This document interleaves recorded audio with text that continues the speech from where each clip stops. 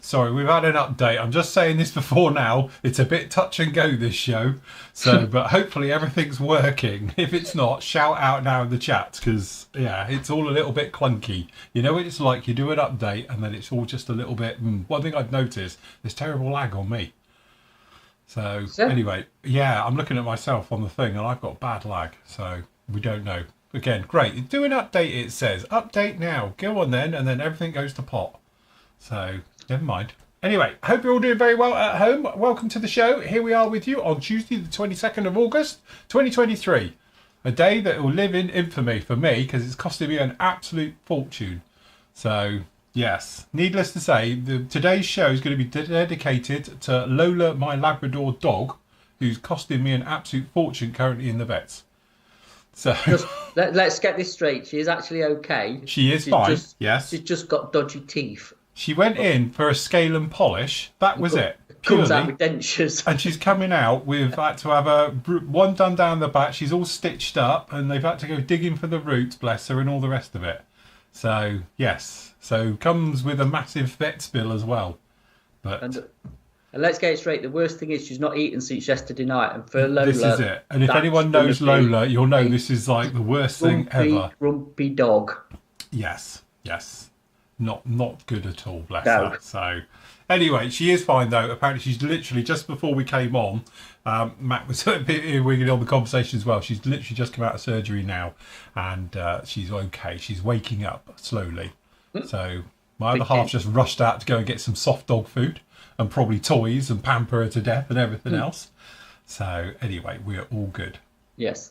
Feels a bit laggy. Yeah, I don't know what is going on. Honestly, this really annoys me when these companies do an update and then I get a load of lag. But I can see it on me. There's no lag on you at all. It's me. Oh, well, you know. Hey, what can I say? Terrible. It does, though. It is annoying when they do updates and stuff and then it's like just messes up that was working perfectly before. Yeah. And as a lot of you know, I've got like switch boxes and we've got ATMs and all stuff down in here, and none of it worked when they did the update. So it's like seamless, all of this, and it's like to reinstall everything to get it working. Tell you what, it is like watching a badly dubbed movie. Yeah, I know. And literally, I don't know why. Is it just hold on? You go to solo, see if it's doing the same. But that's what I mean. I press it, and there's a massive lag. Oh yeah, you are proper out of sync. This is it. Like, what is that all about? That's awful. I do apologise for today. This is... you know what? We're going to be going off to OBS at this rate. I'll tell you what, just put your overhead on, Phil. We don't really matter then. No, that's it. We can't see your lips moving out of sync. I put a mask on and that way I seem to be fine. It's all okay. That's really bizarre. You'd think we'd both be out of sync. Yeah. And also, it's my system and I'm here, yet I'm the one that's really badly lagging and all the rest of it. Is this a Skype update that's messed you up? Or no. This is the actual broadcasting software. It's absolutely thing. Yes, apologies for everyone. I know I'm out of sync. So, yeah. Great. Never mind. Anyway, in other news, how's it going, Matt? Everything else all right? Everything's absolutely fantastic, yeah. Can't complain. Had a busy day. I was off yesterday. I had some errands to do, so we weren't in yesterday. So apologies if you ordered on Friday and it's only gone out today. All the orders are pretty much up to date anyway. So it's been a busy day. Me and Andy's been in. I had orders come in, orders going out, doing some 3D printing. Just general stuff really. So all good, productive. So yes, I must admit, I did. Thank you for the feedback on the 3D printing show. I did my little follow-up. I know, obviously, if you're in YouTube land, you probably won't see any of this, but it's it. One of the questions that came up is like, what do I do with all the dirty, crappy water then from on the tank system?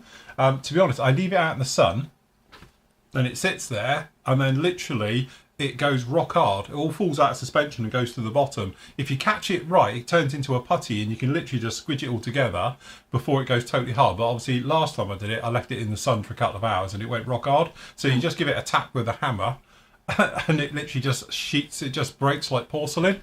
And then that way you can just then bin it. And the water, because obviously all the clay's come out of it, or clay, resin I should say, has come out of it by then, is absolutely fine. So that's how you do. But obviously if you're using IPA for cleanups and stuff, then you need to be a little bit more environmentally friendly. Yes. So, ooh. What the chuffing hell's In that? other news, is that breaking news? That apologies. Oh my God. In breaking news. I'll tell you what, that's another update on my phone. Updates. And now we put music to it. Oh, bloody... Right. Yeah, no, we filter ours into old IPA bottles, actually, because obviously when we've got the cleaning machine thing, the sediment all collects down the bottom where the swirly turly bit. Yeah. Vortex generator, whatever it is. Yeah. And obviously then that sort of just goes back into the IPA, so it's not cleaning it properly. So I filtered it the other day. And then we've got like paint filters, to be honest, like what I used to use, which are brilliant. And then it collects all the rubbish in there, refilter it, reuse the IPA because it does come out actually quite clean once you've got rid of the sediment. And then obviously we get rid of it, we bin it. You know what I mean? Do like you do, really. Stick it under the ultraviolet. Yeah.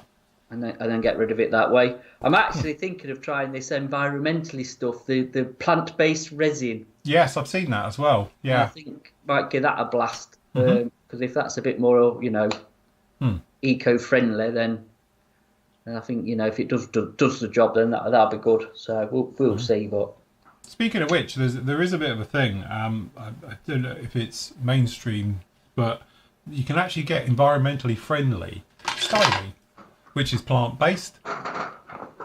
So I know everyone says about the hobby's not exactly the most, eco-friendly, because obviously we use a lot of oil with everything. Yeah. And paints and chemicals and solvents and plastics. But there is available, and it can be done, to actually have a sprues, technically styrene, and it's plant-based. But apparently it costs a lot more. Yeah, you could chew on a sprue. Chew on us, yeah. Like bamboo. That's probably what it's made out of, bamboo. Probably. Everything's made out of bamboo. Swiss Army knife of plants, isn't it? Yes, bamboo. It is. Yes, who knew? I've got bamboo pants. I was worried about splinters, but they're all right. But I must admit, that's one thing I think what will happen in the world. Somebody will take the jump and we'll end up with plant-based plastics, which would be quite nice, I suppose, for the planet. Yes. So, yes, it'll keep old Greta happy. So, good job. Right, okay. Any questions? What's that? Hold on, there was a couple of questions in here. I've got one in ours as well. Go on. Right, you start with ours and I'll work around this one. Richard's question is, what can you thin AK black primer with? So is this the Gen 3 primer or just the normal primer? It's given a number, but I can't remember the number, whatever it is. If it's Gen 3 primer, use Gen 3 thinners or a X20A, that sort of thing. If it's the other one, there is the grey, the black and the white primer, that's already thinned. You just make sure you give it a good stir. In fact, Richard, is it this? Is it this primer here? Because I can't remember. I've picked your order and I can't remember what it is. Is it one of them? Because if it's one of them, what's the number on that? Oh, no. No, that's a different number. AK112, that's Gen 3, isn't it? So you want the actual thinners for it, the Gen 3 thinners or X20A or the Aqueous thinner works for it, 400. Because say if it's that one, that was already thin, you can tell. It's just needs a good stir up. You do, make sure it gets a damn get all the stuff off the bottom. Yeah, yes. You want the alcohol-based thinners, so X20A, Gen 3 thinners works obviously really well because that's what it's designed for, or the Aqueous thinner works as well. So there you go. You'll have to experiment. I can't remember if I've used the black one or not. You'll have to experiment with your mixing ratios with that. I'll probably go 50-50 to begin with. See how it goes. And also make sure you give it 24 hours before you even attempt to go and sand it. And it does say that on the bottle. And trust me, read and trust in the bottle because otherwise it's got the latex stuff in it. It'll peel. Yes. But it does actually sound really nice. Phil test to this because he's tried it. Once once he's had its 24 hours cured. Once it's cured, if you try and sand it before 24 hours, it rolls up. You're in a world of pain. It doesn't sound nice. It just rolls up and tears. 24 hours seems to be the golden hour, and then anything after that sounds no problem at all. Really, really nice stuff. So yes, good job. There you go then. You've got gem free thinner, so there you go. Very Happy nice. days. What you got in your chat? That's all right. We're just saying, Bob the biker is saying, watching you on a break whilst not spraying his real 1-to-1 scale Land Rover. Very nice. Good luck with that. Yes. Is it straight? Has it got straight panels? Because if it has, it's not a real one. Yeah, that's it. Yeah. Be one of those German fake ones, the new Defenders. Is your bulkhead solid? And then we've got, sorry, let me move the mouse out of the way. Bren says, good day folks, question for Matt. What paintbrush do you use to paint your figures with? He says, I have the Bond Bug and want to have a go with the bloke enclosed. Sorry, yeah, have a go at the bloke enclosed. Thank you. I've got loads of brushes, if I'm honest. Mainly Kolinsky Sables, if I'm using sort of like Gentries or Vallejo or whatever the water-based stuff. What have I been using at the minute? I tell you what, I've been actually using, because I've been painting this bloke. You know what I showed you last week? I've actually painted his shorts and his thing and started to base up his skin. The problem is, I could tell you the brushes, but not much point because you can't get them anymore. Yeah. So they're really, really nice brushes, but I've got a load. Just get some decent Kolinsky Sable ones, to be honest. So yeah, Winsor & Newton Series 7 are really good brushes. None of them are cheap, but they're all brilliant quality and they'll last. I think Raphael do some and a few others. I've took most of mine home. I tell you what are nice brushes actually though, and you'll probably only need to get is those. The Tamiya. I can't remember what they are. But you only need the put my reading glasses on. Okay, stick your gigs on. Yeah. I think this is a small. 87175 is the number. I'm sure it's the small you want, because you can get like the ultra and the extra and all these fine and whatever. Could be the fine one actually, thinking about it. The biggest one out of the 4 that they do you want, because that's the best brush. The others are way, way, way too small. But they're nice brushes as well. So, yeah. Hope that helps. Nice. Right, yeah. Okay, so if I grab the camera and just see what happens in a minute, I'm just going to try something. Okay. See if this works. Let me just... right, hold on everyone. I'm just going to try... I'm just going to try something slightly different here. If we're just going to go to this, and then we're going to go to camera capture. Let me just try and go for again to get yourself back in sync. I don't know. Right, hold on. No, see, it's even worse on that one. Sorry, get rid of that one. Right, scrap that. Go away. See, look, we seem to have less sync, but I'm well out.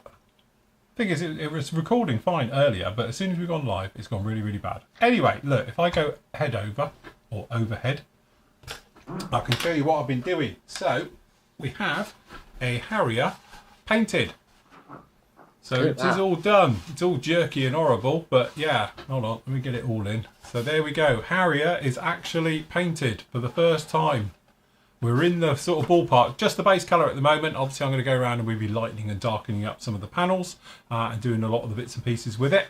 So, but yes, the light is at the end of the tunnel, everyone. For once, we've actually got some paint on and we can start to push through. So I've done some other bits and pieces. You can see various bits all around me. We've got gear doors done and painted, all the other bits. So plan of action for this one, now the base coat is on, I will literally go around, we'll lighten it up a little bit and we'll just do some centres of panels just to break it up a bit. Then we're going to darken it a little bit and go around, maybe a few little touch-ins by airbrush, stuff like that. Most of the work though, for the more finesse and finer detail, I'll get in there and actually do it with oils and washes and various things like that. But yes, quite nice that we've got a Harrier looking like a proper Harrier shape for the first time, right the way through. So with any luck, by the end of the week, we'll be very much pushing on with this and be in a nice position to get the decals on with it.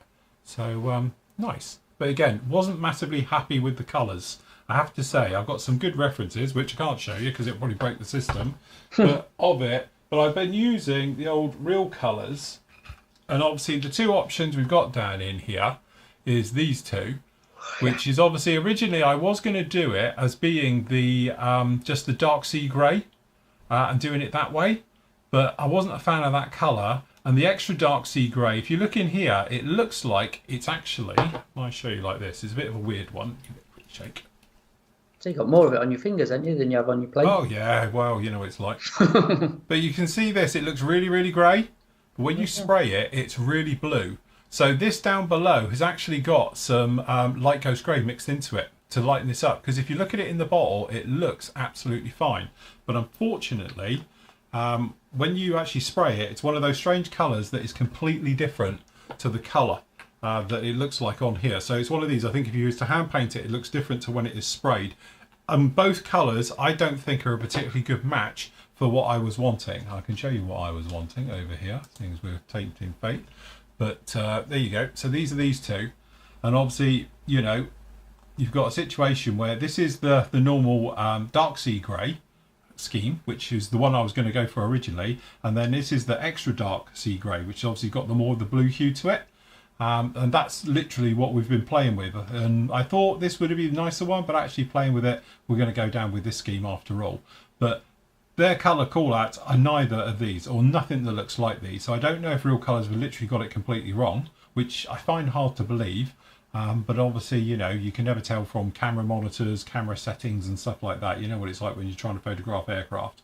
But anyway, that's what we're going for. So it might be a little bit of a hybrid in between both. So, but no, it should be all right. I think it'll be okay when we get there eventually. So looking good. Nice. So that's literally what I've been up to. And I've been running around with a vet. And I've been talking to builders today. So I'm slightly out of sync of where we exactly wanted to be today. But no, you've been very busy. Look at you. No, not really. Oh, no. Am I getting better now? It looks like the lag's slowing down. Oh, yeah, you're kind of coming back into... Am I coming back? I was like... you're coming back into this dimension. Yeah. Jesus. Oh, Right. That's a bit blurry. It is actually. Got a bit of blur there. That's proper ass. Wave your hand in front of it. Oh, God, we're having lots of technical issues Oh, today. look. Wee, that's really out of sync. Anyway...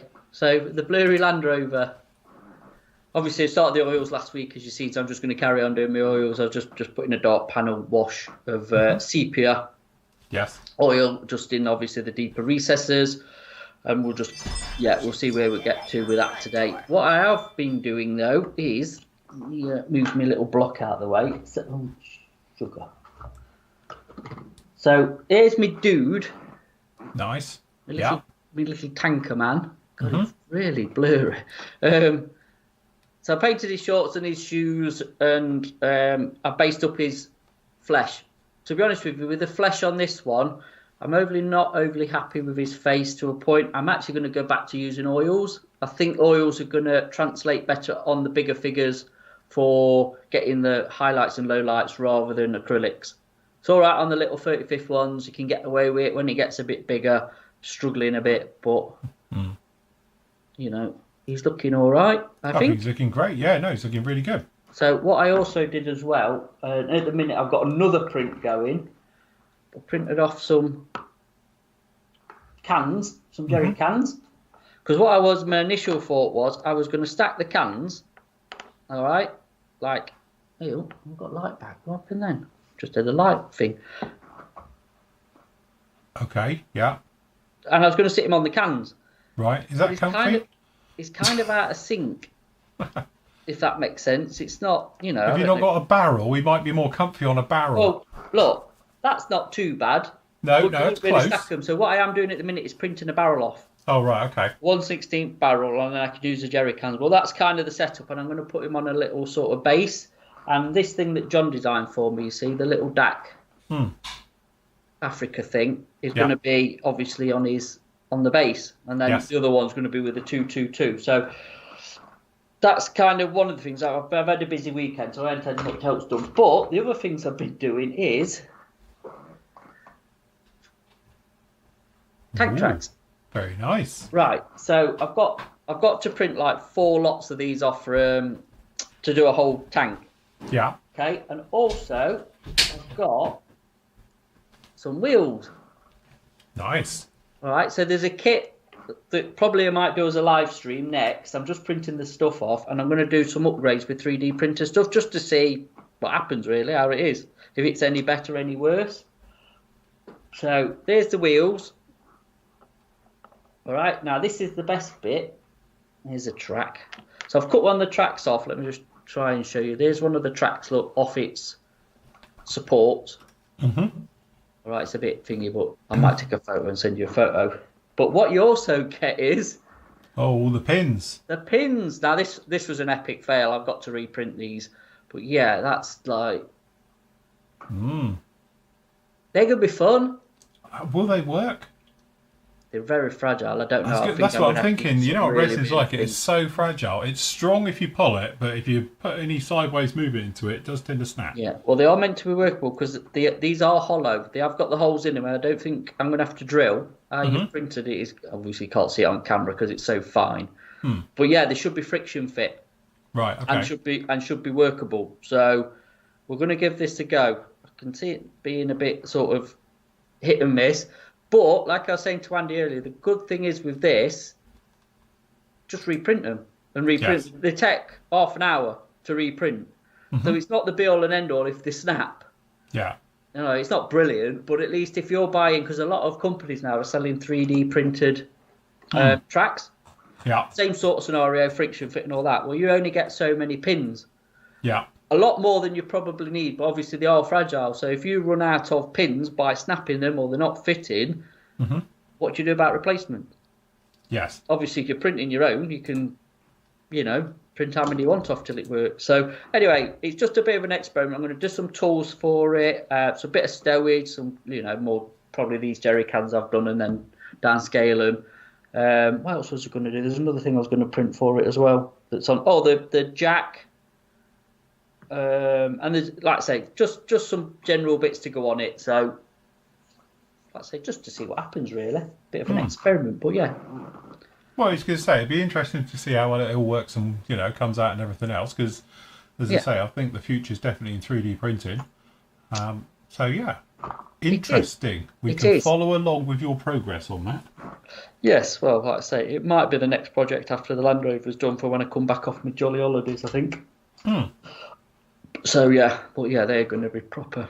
Yeah, I think in some ways it might be better to get a little piece of rod, the very fine stuff, the wiry rod, and just use that rather than them. Yeah, but we'll give these a go. I might as well try and see if it does actually, do what it says on the tin.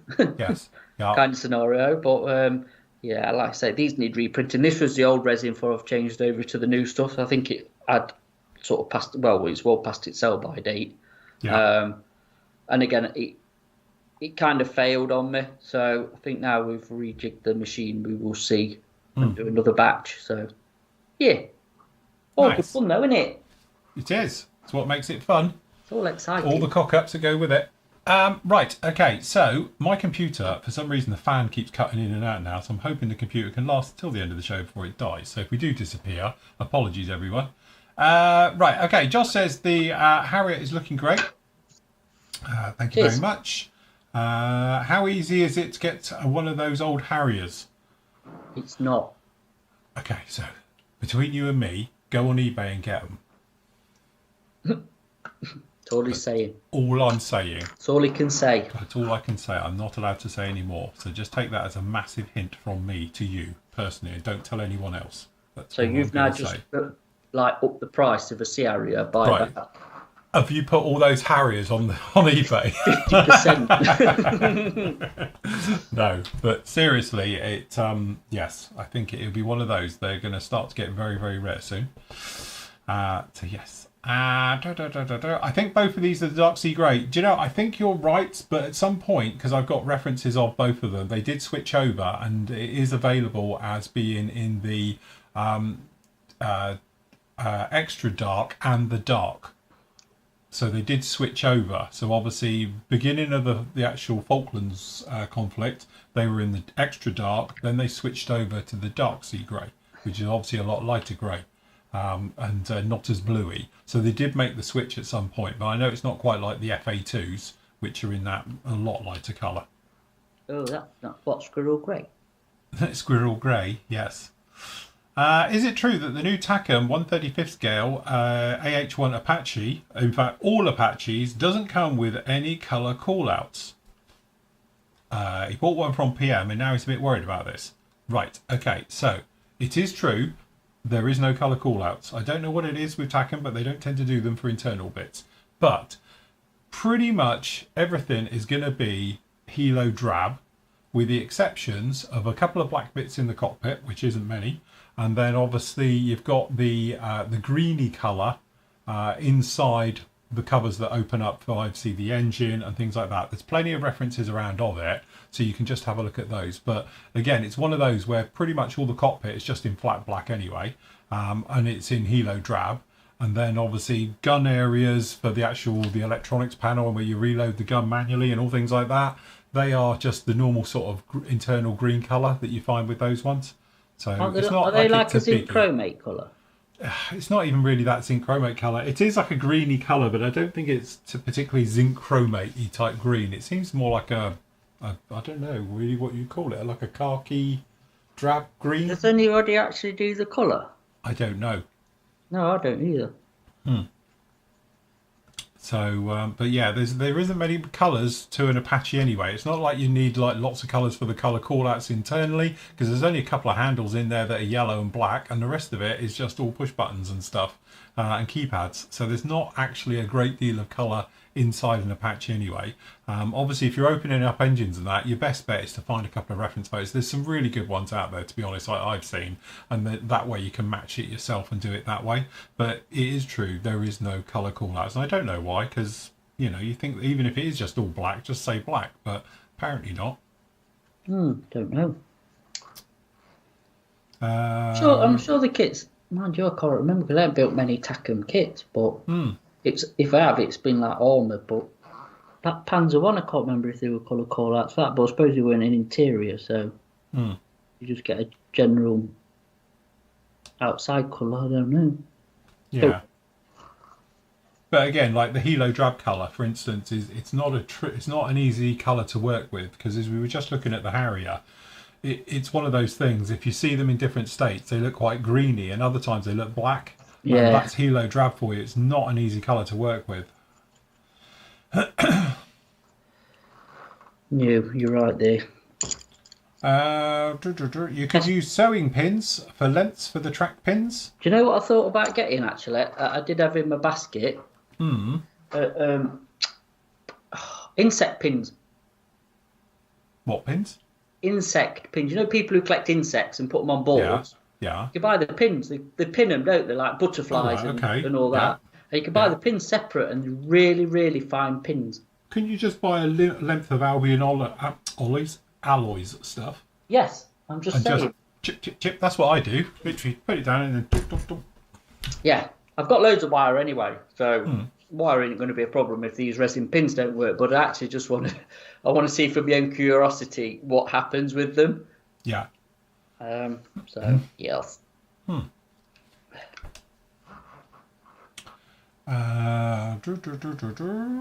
Greetings to the Netherlands.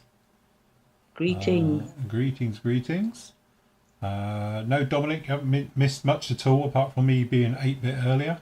Seems to be all right now. It's still not perfect, but it's a lot better than it was. Yeah, you're proper out of sync. Do you guys know when the 1/48 scale Sea King is coming out? Yeah, I do.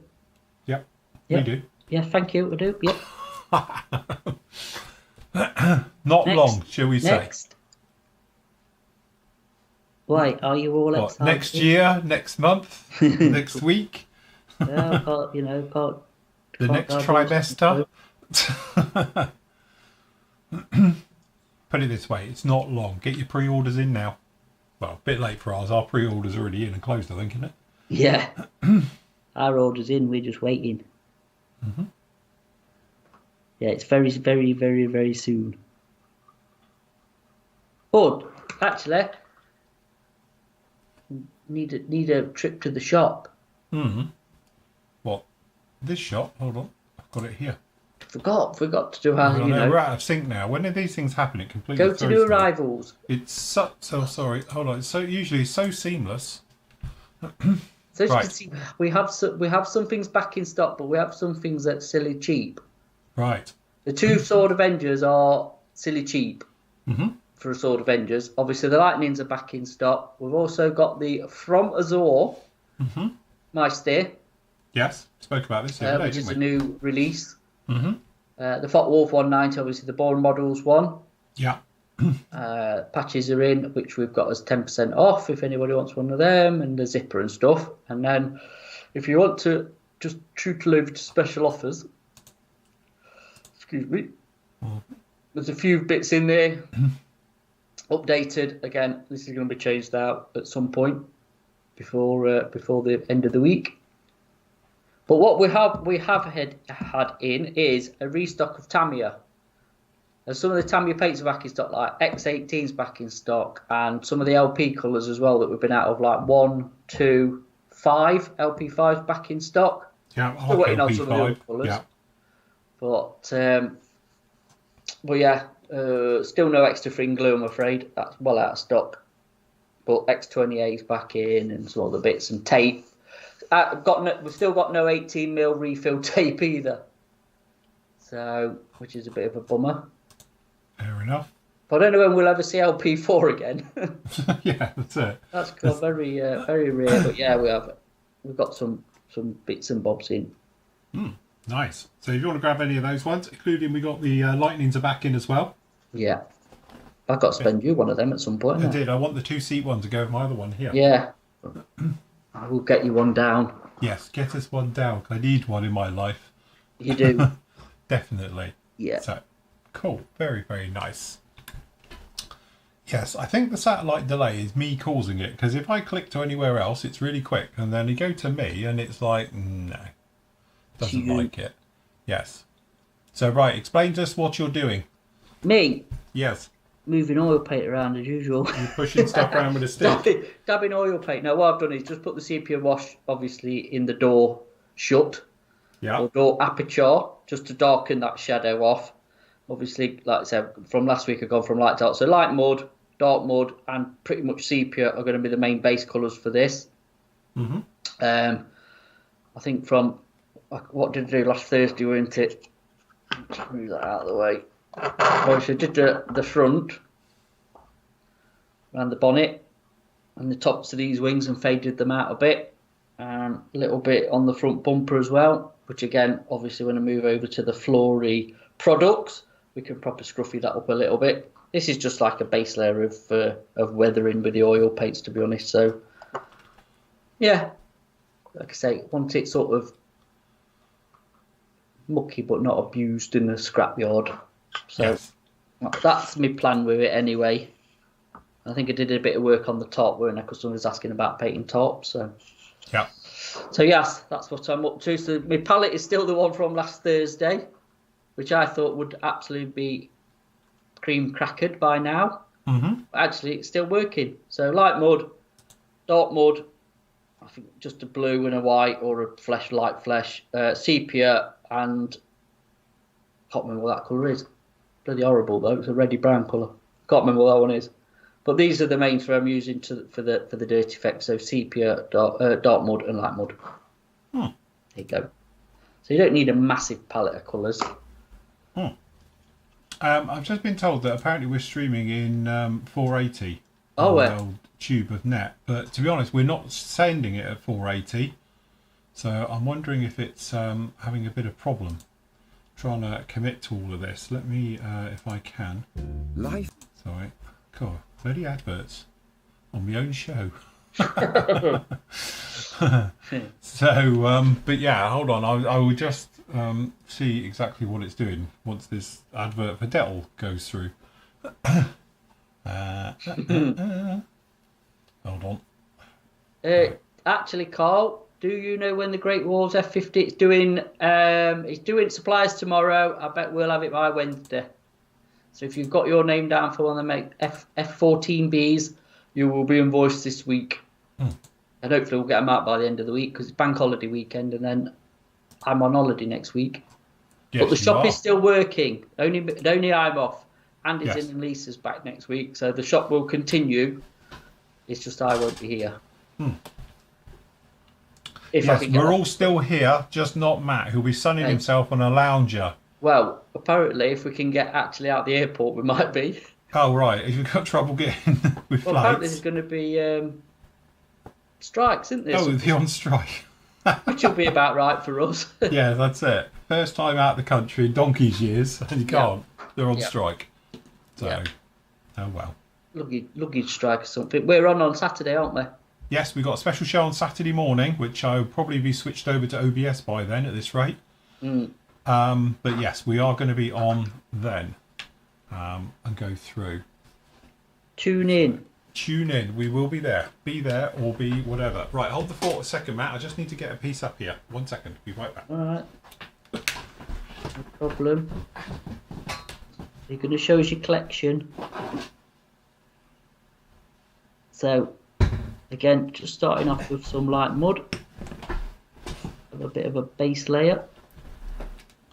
Okay, back. One of the things a lot of people have been talking about is about the actual foam reamers for airbrushes. Oh, what? Yeah. What's that all about? I've got one here, which I've had now since the dawn of time. So yeah, this is basically a foam airbrush cleaner. It's water based and all the rest of it. And the idea is you spray it in your airbrush, and it's supposed to, like, you know, the foam gets everywhere and it cleans it out and all the rest of it.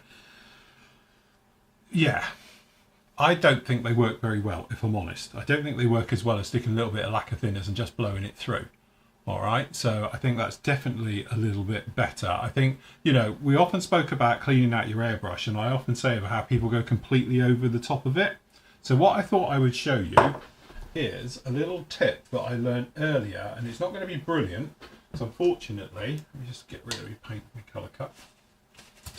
If I just get some paper towel here, I will do it right in front of you. But people were talking about obviously stripping airbrushes and to clean them and stuff like that. And yeah, I did come up with a little thing earlier when I was spraying. Unfortunately, I didn't have the camera set up for it, but it might help out a few people. So what we got down in here is just PS270, right? So, you know, it's basically one of these airbrushes that has the very, very small, just thinking about it, it's probably not the best one to do this, seeing as I've got no bloody proper camera feed today. But you can whip the needle out the back, and away you go. And as you can see, we've got a little bit of yuck on there, but I deliberately haven't cleaned out the airbrush. If you want to give it a proper good clean, as the furthest I would go, yeah, is to take the front off, so you've got your nozzle hanging out the front here. All right, so this is obviously depending on your airbrush, but this is about as far as I go for them all. I've got my little wrench, and then we'll put this on. We unscrew, cut the twists, and then the tiny little nozzle comes off. All right, said nozzle is just there. About as far as I go for cleaning when you're stripping down airbrush is about it. Take your needle, put it in backwards so you got the flat end. Make sure it is the needle for this airbrush and just poke it through.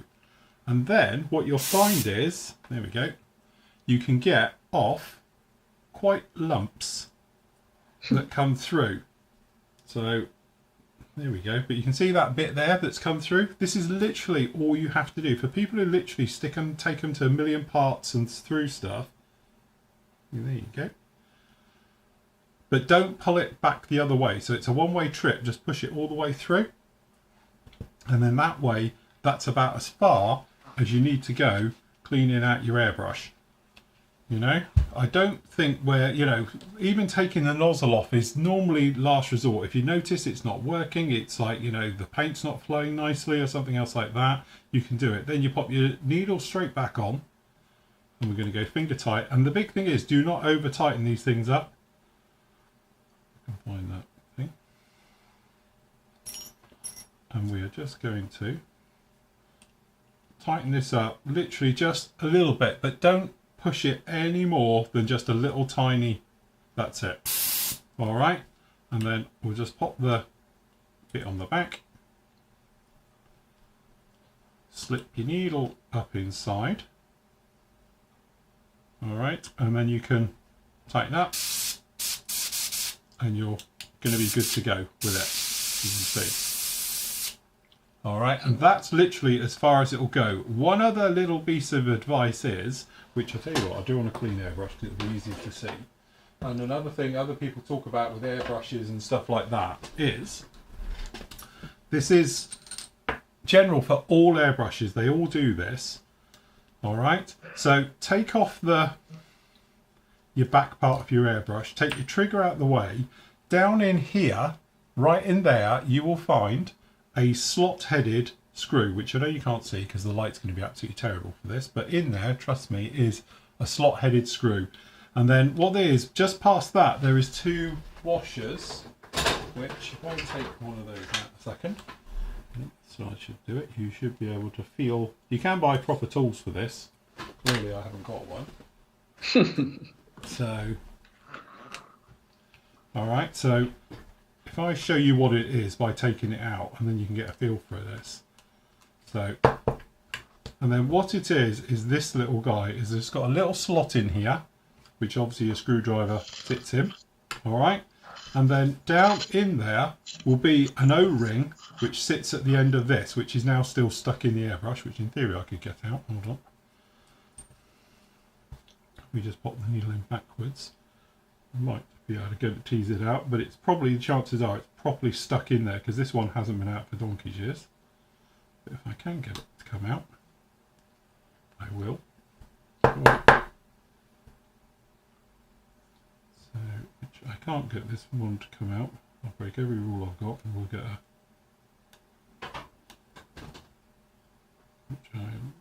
It's not going to come out. But in there, there is, trust me, a little O-ring.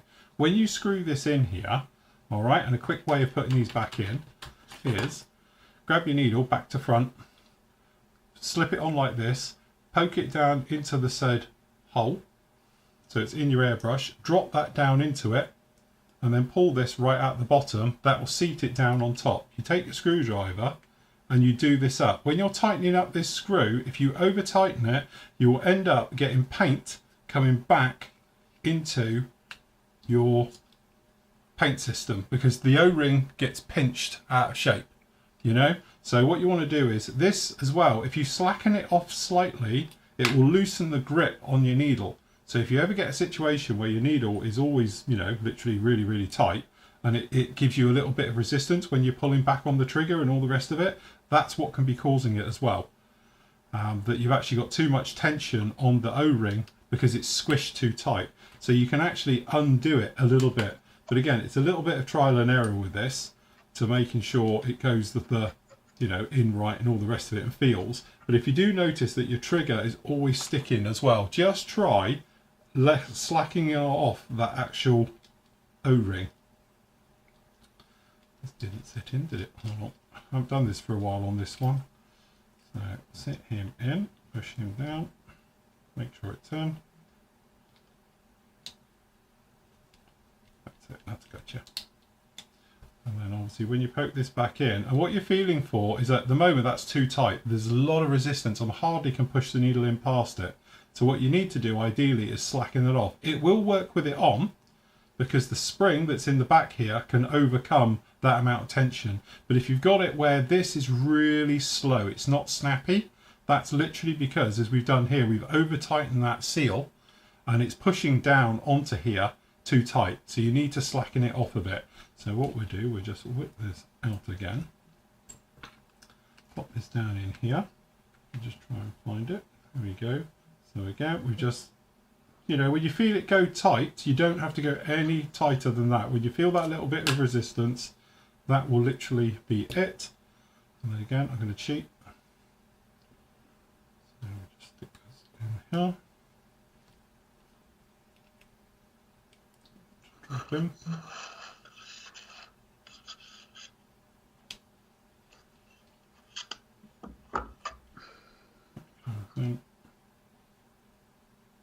That goes back in. And now you can see how snappy that is. It should be pretty much on a par with if you haven't got a needle in there. But you can just about feel this. And now when we pop this back in here now, it slides with complete ease right the way through to the front. And you will notice that will make a massive amount of difference to your airbrushing, just by slackening off that center one as well. But again, pushing it through backwards, your needle set will then get rid of any gump that is in this part of the actual airbrush. And people are saying about, oh, they get trouble, it stops and starts. It could be, it's nothing to do with the nozzle. The nozzle's clear, but it's in this area here where it's actually affecting the amount of paint that can go right the way through. And again, it's just a quick little tip to hopefully get you up and spraying straight away. But I know lots of people struggling with various airbrushes at the moment, but a lot of it I still put down to over cleaning, over stripping. They don't need to be done that much, you know. And again, same with these, are exactly the same. If you've got one of these, needle out the back. This one's actually set up really nicely out of the box. But again, if you take this out the back here, might be able to see it a bit easier in here. I don't know, it's a bit cloudy and grim in there, but it's the same thing. Down in there, there will be a slot-headed screw, which I won't do it because I've actually set this up perfectly. There it is, it's right there. And again, you just want to do the tension for it. Then once it is, it'll be absolutely fine. But again, a little bit of trial and error with these things. Sometimes they can be, you know, really straightforward. Other times it can take you a little bit of time just playing with it. But if you are finding you are having those types of problems with it, then it can actually make quite a lot of difference. So yes. Pro tip for the day. Yes, that's your pro tip for the day. So. Just to answer Tim's thing, Tim says he's working on some 3D printed tracks that he downloaded. He's using copper wire as the pins.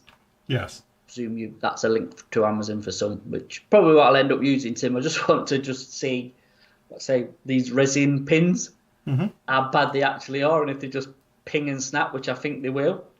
Yes. Like Andy said, there shouldn't be no reason, you know, with 3D printing, I can't print a run of them, but pins in.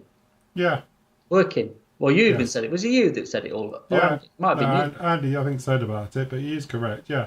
Yeah. So, you know, if you can, I presume, you know, like when you've got the file and stuff, because I was asking them about something else. I wonder if you could actually join them up.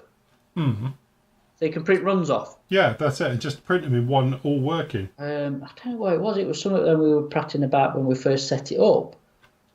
And I can't remember what it was. But, yeah, it'd be nice if you could just print runs off. And happy days then. You ain't got the faff of trying to put them together. But I don't know. It's something to look into. Yes. I can't get this one in the hole now. There you go, Greg. Greg used to strip his down all the time. Don't. But ever since I've stopped stripping it down, it works better, and I've not, and it's not stopped working all the time. Well, there you go. But it is, seriously, I think most people, they overdo it. You know, at the end of the day, it's a tool. It's like a hammer or a wrench or something else like that.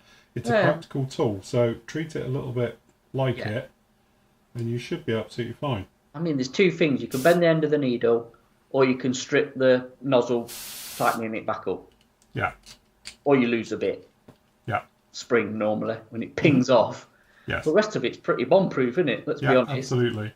Let's say, really, if you've got it stripped, that's when it can get damaged. If you haven't got it stripped, then it should technically be absolutely fine. Yeah. You know, because that's when it gets getting any damage, because all the delicate parts are all internal. Yeah. You know? So again, if it's all in there, you should be absolutely fine. We're operational again. So what you want is a nice snappy trigger. So that means there's no drag on that seal. All right. So, but again, I think people overlook that one. And again, if you want more tension in your airbrush, then tighten it up a little bit. So, but I know people are talking about this thing, and I must admit, I don't particularly like it. Should we have a go with it? What's that? This is that squirty stuff. Is it working? Don't know. I haven't used it for like 20 years. There we go. You're supposed to spray it in. You can see it all fizzing and doing its bit. Right. So it's just stripping the chrome off the... Yeah, it's probably taking me nickel off as we speak. Nickel, yeah.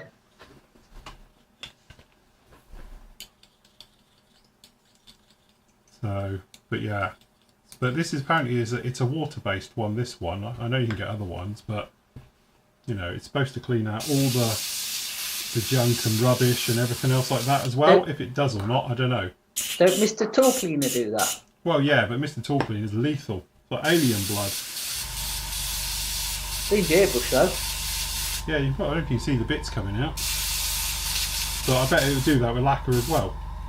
So, because obviously you can do it this way. This is my normal way. A bit of lacquer thinners. Just put a dribble in. quick whiz round with the said airbrush. That's Phil's dribble, by the way. That's my little dribble, about 2 mil. A couple of litres. That's it. There you go, look. And I'm just going to get something else to spray it into before we go through the mat. And then I just blow it all through. And just keep pumping your trigger. And then that way it'll just take any sort of junk and dirt with it. You can just sort of pump it through.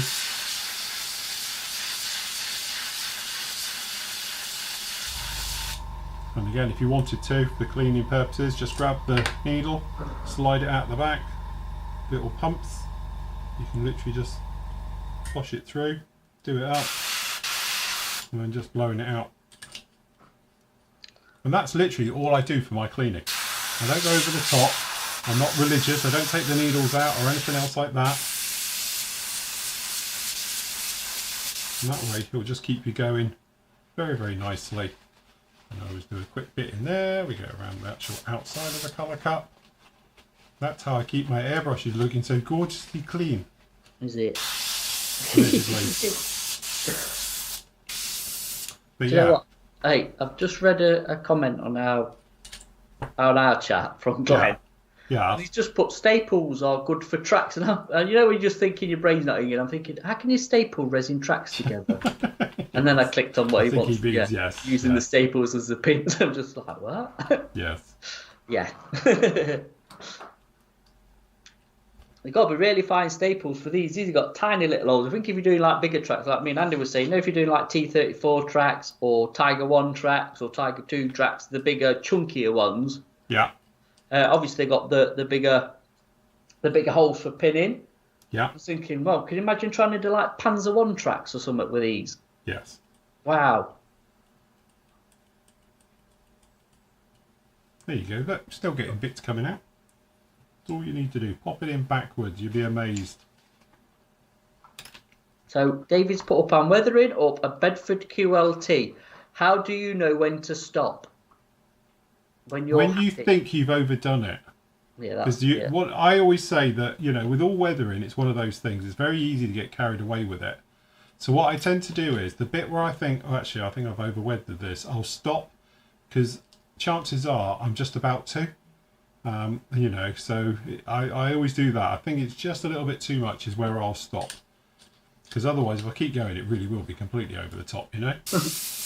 Again, it's personal taste as well. Well, yeah, it depends how far you want to go with it, but I think it's one of those ones where definitely if you're thinking something's going awry, you're probably right. It's your semi-conscious saying to you that, you know, you need to stop now. Yeah. Listen to your semi-conscious. Yes. Do you think you'll be doing that in a couple of weeks? What, my other side sits on my shoulder going, are you sure? No, I don't mean in a couple of weeks. Oh, right. Like 2 weeks on Saturday. Yes, probably. Funny enough, I was out with my nephew on Sunday. Oh, God. Put him in his place. Like, get back in your box. Why, has he got grand plans or something? Oh, he did have, yeah, horrendous ones as well. So I said, you are going out with a load of 50-year-olds, you know. I could say, does he know how old we are? Right, okay.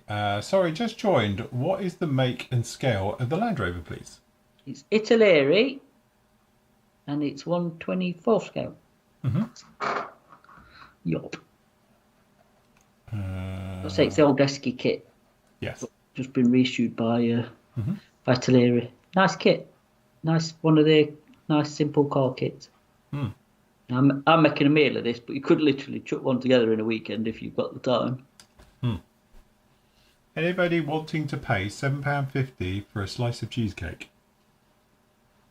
Not really. Depends on the cheesecake. Is it from the Cheesecake Factory? They're quite nice. Have a nice meal in there. Where's that conversation come from? I have no idea. It's just on the chat. I just read them out. Is that one of them random ones? That's got to be good cheesecake for that much, I'm telling you. There you go, Matt. Use Blender to make the track runs, then export them to STL. There you go. I knew the other way of doing it. Blender.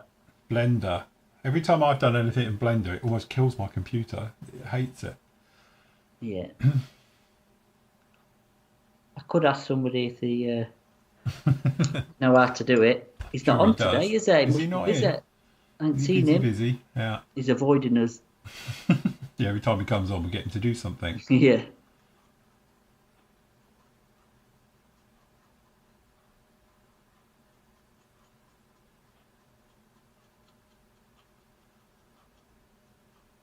Yeah, that's quite good. And Trevor's saying the only thing he does is pull the back of the needle to take the pressure off the needle when it's not in use.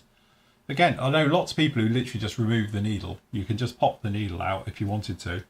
And then that way you don't get any needle bite, as I call it. Yeah, I'm sucker for having that where it just grips. I just put a bit of airbrush cleaner in it, let it soak for 2 minutes, and it's like just releases it, and you're good to go, aren't you? So It's the Atalery 1/24th scale. We need a caption up. I could do that for another show. I'll put a little caption on the bottom. Yeah. Under us, it'll say what you're actually doing. Looking very good. Thank you. That says it's only sort of foundation layer stuff. Can either of you guys advise if it's realistic to paint a 1/32 tornado by brush, and how to get a decent finish if possible? Yeah. Honestly, you could do, of course you can, obviously, but your brush painting is going to be a bit limited. Depending on how good you are at it. I know brush painters who paint 30-second stuff all the day long and it looks like it's been airbrushed, and they're amazing. But I always advise, if you want to do the bigger stuff, honestly, look at rattle cans. You can actually get the aircraft colours, especially for modern stuff. So if you're looking at like barley grey, like that would be on the modern. I don't think you could actually do the desert one like it, but there is rattle cans available, and you can literally just blow them over with it, and away you go. It's quite straightforward when you're doing a modern jet, say, to speak, like F-16s, F-15s, things like that, because they're all one colour anyway. So it's quite straightforward just to grab a couple of cans and spray them by hand.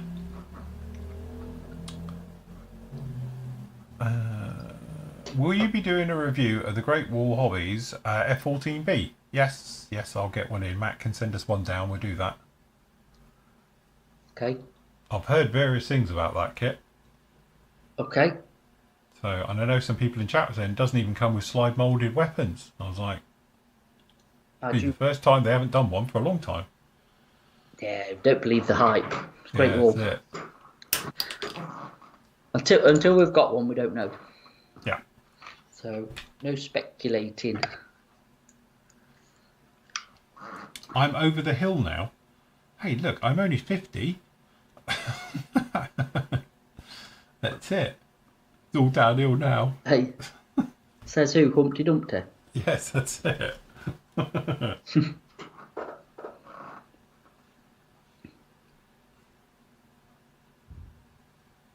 True. That's it. I've got people emailing now saying we're the lag. Hey? I've got people emailing saying about the lag. Yes, we know. Can't do about it.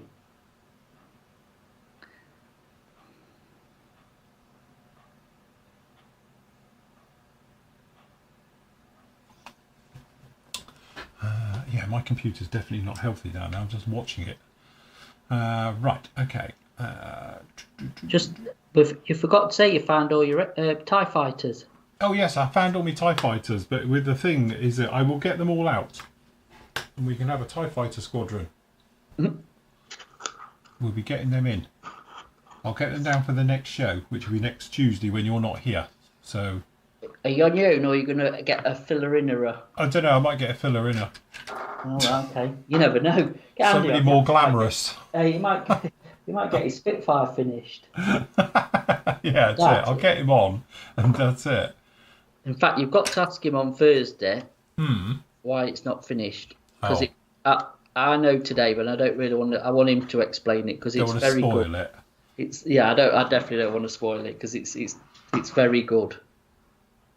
Mm-hmm.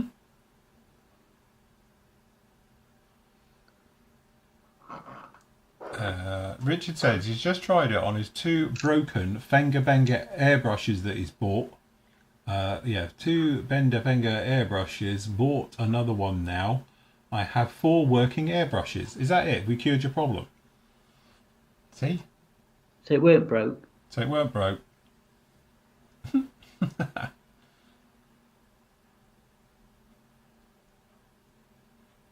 Honestly, just don't strip them down all the time. That's definitely the secret. There you go, Matt's now doing a bit of spattering technique. Can't beat the splattering technique, can you? Mm-hmm. Love it. I really do like that tart colour. That's really good. What, canvas? For the canvas, yeah. Yeah. Looks real spot on, that does. It does, doesn't it? It's surprising as it is called canvas. But yeah, I do know what you mean. It's got that sort of... Yeah, it's got the right hue to it, yeah. Yeah. Yeah, I know what you mean. It is a nice colour. Surprised AK don't do one. AK don't do canvas. No. So, but no, it's a really, really good colour, that. And obviously with your expert weathering, it's highlighted it very nicely. I haven't touched that yet. Yeah? No. It does. I'm looking at the contrast on the screen and I haven't even touched it yet. All I've done is put a little bit of a dark wash around the around these bits. Yeah. I take it all back. My fantastic airbrush skills, obviously. Yeah, clearly. Who knew? Yeah, exactly. Who did know? No, I ain't even touched that. It's just how it's come out. I can't remember what I primered it in either. It's not like it said a black primer underneath. Can't remember. Thought it was just grey. What's Matt's YouTube channel called? PM Models UK. Have you got anything on it these days? You haven't used it for ages, have you? There is going to be stuff uploaded when I come back. There is stuff I've got to, let's say, voiceover. But there is the older videos on there. If you really want to come watch them. The ambulance was the last one. So yeah. Very cool. Oh, I'm still terribly laggy, aren't I? Still. You're really bad. You're really bad. Yeah. Yes. But right, I'm going to have a go at sanding my fuel tank because I've got to do one. I was about to paint it. Started painting it, and then I was like, Put your what, my laggy on.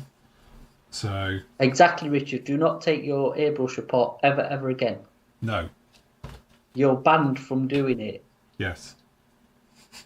Or if you do it again, don't tell us. So what's this from? What, the fuel tank? Is this a Harrier one? This is a Harrier tank, yes. Oh. No, this is literally just... you've only got a seam line down it, which I must admit, I did all the others and forgot. And as you can probably see, I've got a nasty... Are you going to use your resin filler? I could do. I've actually decanted some of that resin in a little Tamiya empty jar. Yeah. To try, because actually, it's really nice resin to work with, isn't it? It's kind of very durable, but hard, if that makes sense. It's not like other resin where it's just sort of shatters and crispy. I don't know. It's hard to explain. It's just it's a nice firmness to it once you've cured it. Yes. Yeah, so, I must admit, I was using it when I was doing all the rescribing work on the Harrier, and it's really great for small little jobs because it's instant. Yes. So for people who don't know what we're talking about, I've been using, obviously when we do the 3D printing, God, the lag's terrible. Obviously we use polymer resin, which is obviously ultraviolet with a bit of a UV torch, bing, bing, and it basically sets it. So I was just literally grabbing a bit out of the old bottle like you do, or a bit round the cap, literally like this. And I'll tell you what, I'll do it on here. Hold on, let me find a brush. Because it's water soluble, it's great as well because it's easy cleanup. So just grab a bit from there, and then I've got a little sink mark here, so we'll just put a drop in here. And because it's really thin, it will self-level as well, which is really nice. So you just put it a couple of drops like that. Then you take Mr. Said Curing Light, hit it, and it will set it pretty much instantly.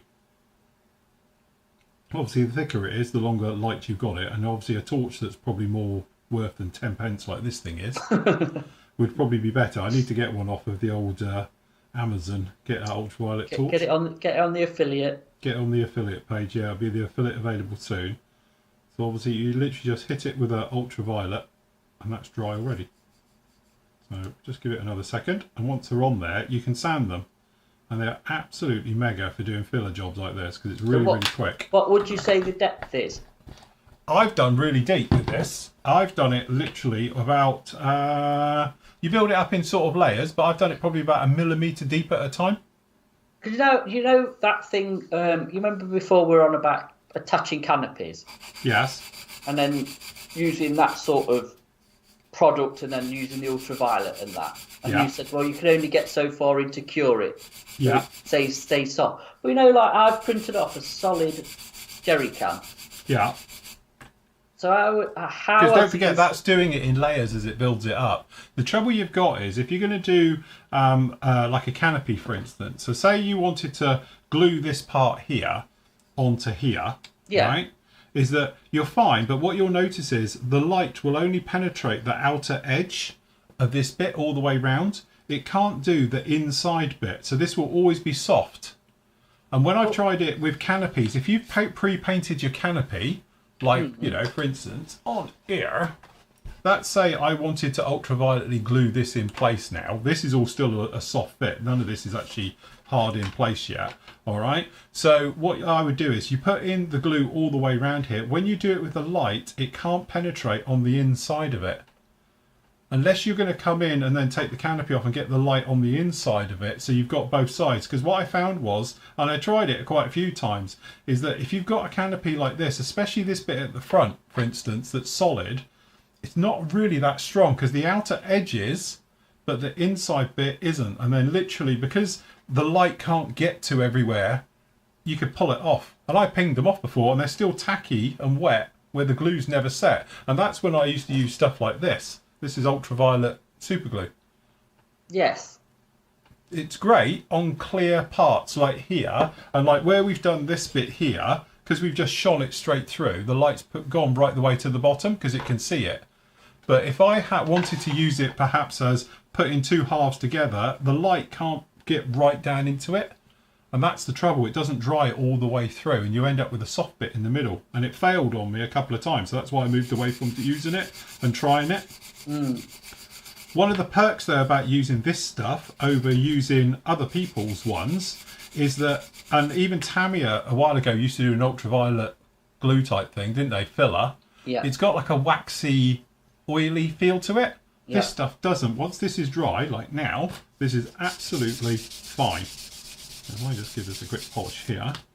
There we go. That's absolutely, so it's filled that little sink mark that was there and it's totally smooth. There's nothing on that at all. So it's a really, really good way of just doing little tiny jobs with it.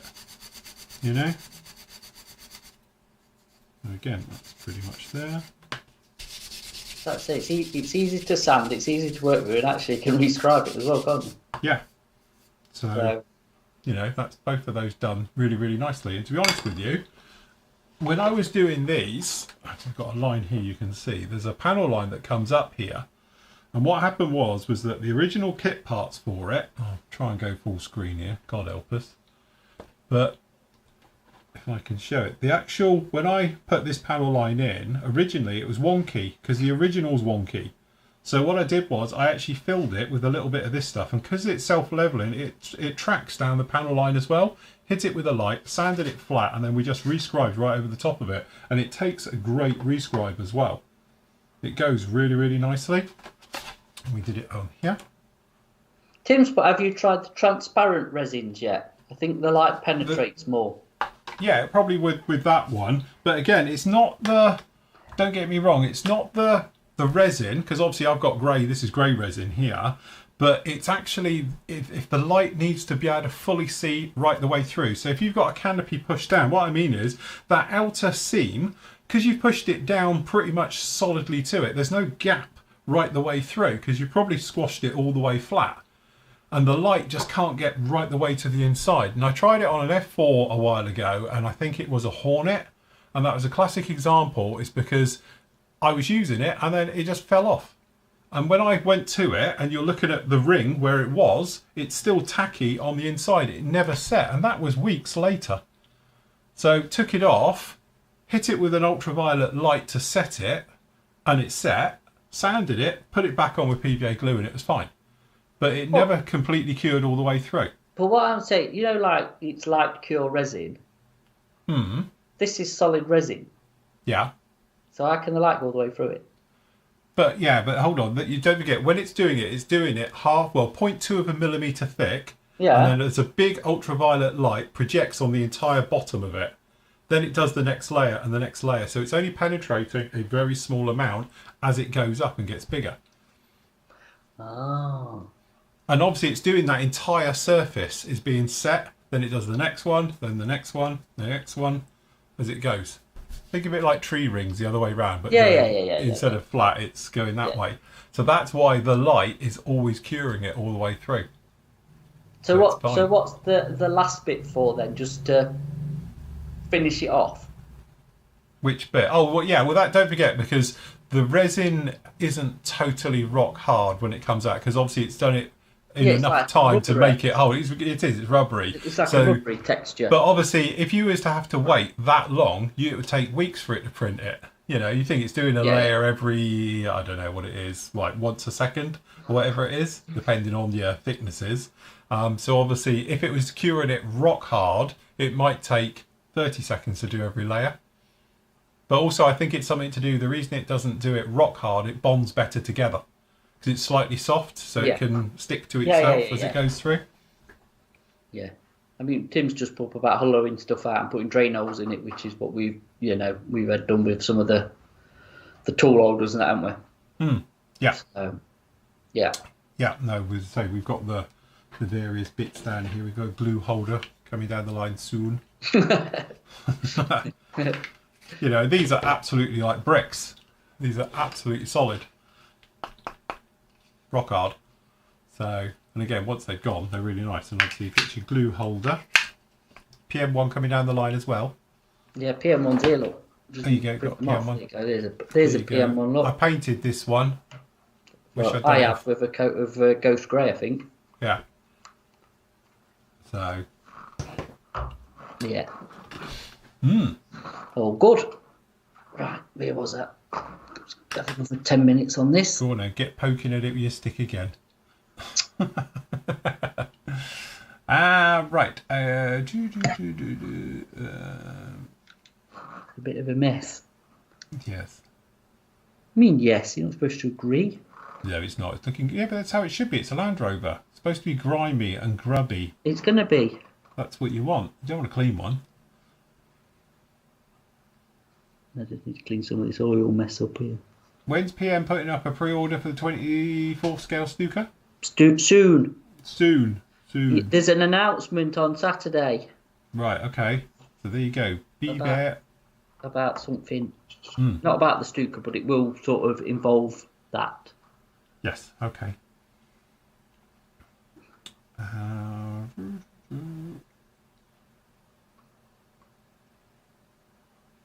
Richard's got the 48 scale Mistel from ICM coming through. Okay. Be a nice kit. Keep you busy. Yeah.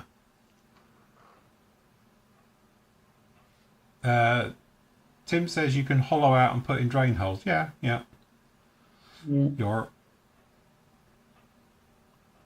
Sometimes you need them solid though for a bit of strength. Yeah. Yes, David, there is a show. 10 o'clock Saturday morning. 10 till 12. The Saturday morning show returns. Are we doing one the Saturday after? Oh. She probably could do, to be honest. She's working. She's doing 2 back to back. Just rethink the answer. Oh, that one. Oh, yeah. Is it round that soon, is it? I thought you were after that. Oh, right, yeah. okay. I'm back off my holiday the week Monday. Yes. Actually, no, it's 2 weeks in it because I'm obviously not that Saturday, Yeah. Saturday after. Yeah. I was going to say, because Tam's doing 2 weekends back to back, and then Yeah. she's off because obviously we're away. So, Yeah. yes. You could flog it. Look, all phones are going to be banned. All phones will be left in the hotel. Otherwise, it'd literally be like the hangover. Everyone go for your phones the next day. But, oh my God. What, trying to remember what's happened? Trying to remember what happened. That's we need phones, so we can remember. That's it. We're taking one cheap disposable camera out with us that only takes 24 photos, and that's it. Is that it, is it? Yeah, that's it. And for people who are wondering, it's my stag do. I tell you what, Vegas ain't gonna know what's hit him. I'm very disappointed in my brother, seeing as he's arranged this. I thought we could have a personal jet take us out, company jet. Fine. We don't know yet. It could all be a surprise. Well, perhaps this is all a ruse. Perhaps it is. It can't because I ain't got my passport. My passport expired. I'm not updating it until next year. You won't be going then. Yeah, that's it. And if anybody who's thinking like Vegas, we're thinking Skeg Vegas. Yeah, Skeg Vegas. Lincolnshire Coast special. Okay, so I'm going to put the raised panel line. Oh, hold on. Let's just twin us out a minute. So I'm going to put the raised panel line in here. So I do it by using a blade. We just stick it up to the old panel line. And we just walk it around. And we follow. And there we go. We put in a nice raised panel line back in.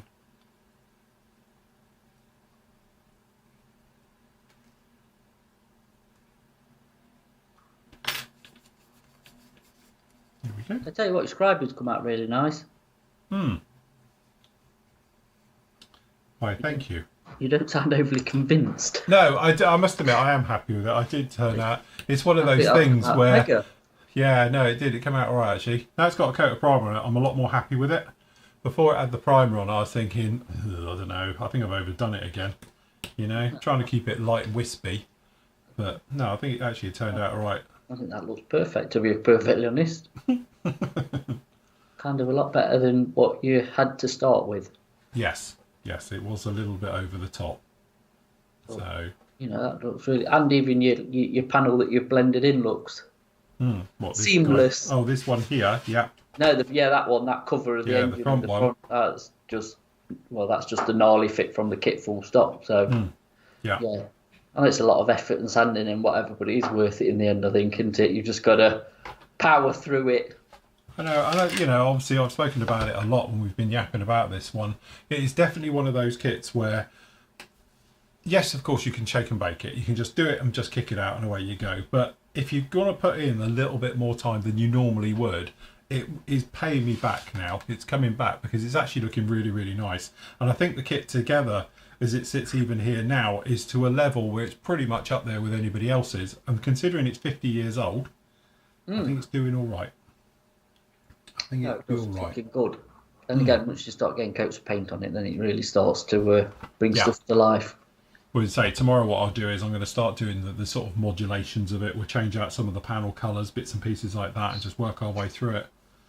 And do a little bit of post shading, and then obviously get the decals onto it, and then it'll be in the fun with washes and oils and all of those things. The big time is when you get this thing on its gear, because that's going to make it. That was where the big turning point will be. And then we can sort of get all together, really, get all the sub-assemblies in there. But say everything's done. The doors are all painted, the bits and pieces, all the little bits are all done. So I've just got a little bit more painting to do probably tomorrow. And then say we'll spend a nice day in the spray booth getting this done, and it should be all right. Finished by Friday. Yeah, I wish it was done last Friday. That was my goal. It should have been finished last Friday.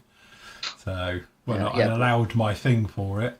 I know, but you're talking a 124 kit that's 50-year-old, aren't you? So yes, yeah, you'd have done well to get it done for last Friday. Anyone know if the Academy CH53E anytime soon? Yeah, I wish they would. You wish. We wish. Everybody wishes. I don't. Yeah. I have no clue why that kit is not available. Yeah. We did see a sprinkling of about, what was it, 3 years ago when we got the Sea Dragon, wasn't it? The Sea Dragon in. And I mean, that didn't last like 10 minutes in the shop. No, that had gone. It came Yeah. and gone. And then after that, not a sniff of them bringing it back out. And I don't know why, because it's a great kit. It's the only one in scale. Yeah. It does. Sometimes I am really baffled by manufacturers and what they decide to bring out and when. You know, I think some of them now, are actually doing a bit of research of what some of their kits secondhand are fetching. And then thinking, we need to re-release that. Yeah. And then others I don't think have a tube of glue. What's going off? No. Which is a shame, really. 'Cause like I say, that's a really good kit and definitely needs a re-release. 100%. Stand by your beds. Mr. Hago's in. Is it? It's a bit late, isn't it? Where's he He been? is. He's late to the party. He is. He's been working, so we'll let him off. What, cleaning sand out his filters? Yeah, that's it. What do we got? 24 scale Harrier from 87.99 new, released to 140. Don't forget, this is the C Harrier kit. Got the GR1. So it's not the GR1. Well, it could have been the GR1 because you get it in the box, but this is actually the upgraded one.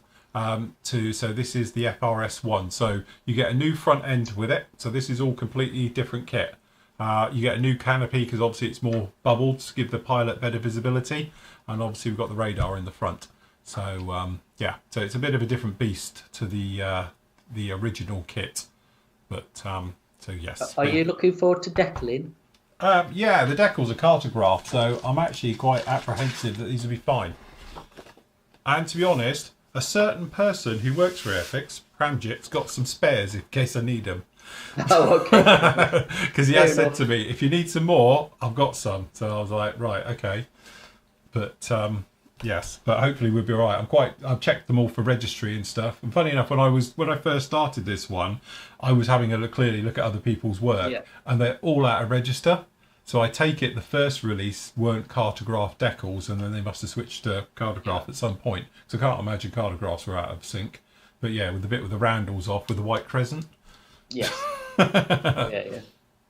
So yes. I mean, it's an ideal scale. And I know, obviously, not for the finer, but to actually spray your main markings on with, if you could. You know, I must admit, yeah, because obviously we've got who they called Crafting Wells. Yeah. I have got their ones, I think, for roundels and markings and things like that. So we could spray them on, but do they go up to 24th? I thought. I don't know if it is 24th. I don't know. I thought they had some in there, but I don't know. I thought it was 32nd. But it may be just 32nd, but it wouldn't be rocket science to do them by yourself, is it? Not really.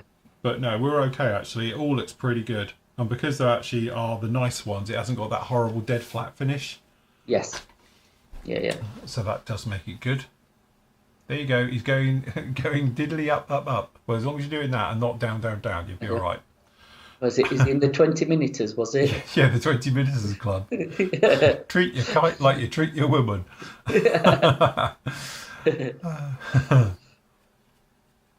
Yeah, it's definitely a separate kit. Don't get confused because you won't get all the Sea Harrier parts. Although, to be honest, like I said before, if you've been watching this full build since the beginning, it's not a bad kit. For something that's 50 years old, honestly, it must have been groundbreaking at the time. Can you imagine getting a kit like this with fully recessed details? No. In 1973, it was like, especially from Airfix, could you imagine? Not being funny. All their other kits were like, yeah, little bit weird and warpy.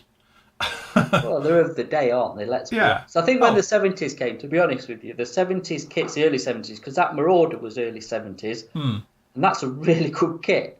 You know, it's actually got a bit of an interior. You've got a cockpit. You know, the guns obviously are awful, but it is of its day. I think it's a very state, and I think if you actually look at some of the others through the early 70s, I think they'd really turned a corner. I think from just the sort of seat, floor, and stick.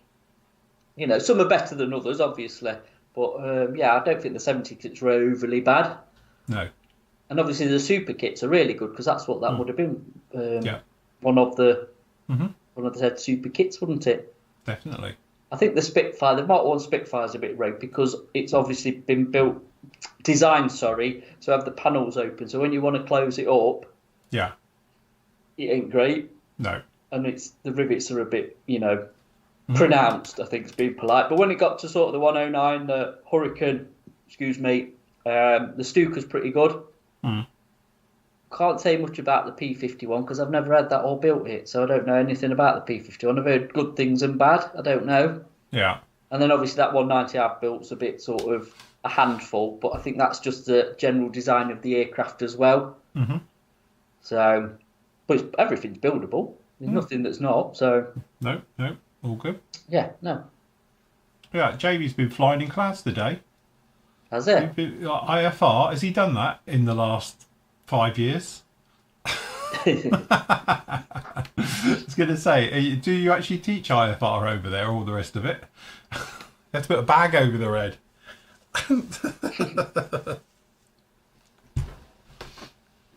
Must be quite weird flying around the Middle East with seeing clouds. I made it in 1973, but used a onion patch in the garden as a camper's backdrop. Brilliant. But in my defence, he was only 12 years old then. Yeah, there you go. There you go. Nothing wrong with that. Let your imagination run wild. I'm glad I read that out before he retracted it. Yeah. There's nothing wrong with that. Most of my kits, unfortunately, fell down to a use of air guns and WD-40. Soil bombs. That's it. Yeah, soil bombs. There was always a good one. That was a good one. Yeah. God. We're up to that now. We're up to grab all our old kits and bring them down to you and then just soil bomb them and shoot them into your garden. Bring back, destroy my kit. Bring back dynamite and, fireworks and... Yeah. Sure your neighbours will love it. And they've got bits of hot styrene landing in the gardens. Yeah. You just get that nice black fire coming off of them with the styrene melting. Yeah. Just the oil burning off. Yeah, that's it. Oh, dear. Jamie said the student freaked out. I bet was that the first time he's ever seen clouds. Yeah, that's why they do all the primary flight training over in the US, isn't it? Because it's guaranteed good weather. Can you imagine over here? It'll take you about 8 years to get your rating. Sorry, weathered off. Yeah. Weathered off. It's a bit overcast today. Yeah, slightly overcast. Too windy, too wet, too foggy. Too hot. Too hot, too cold.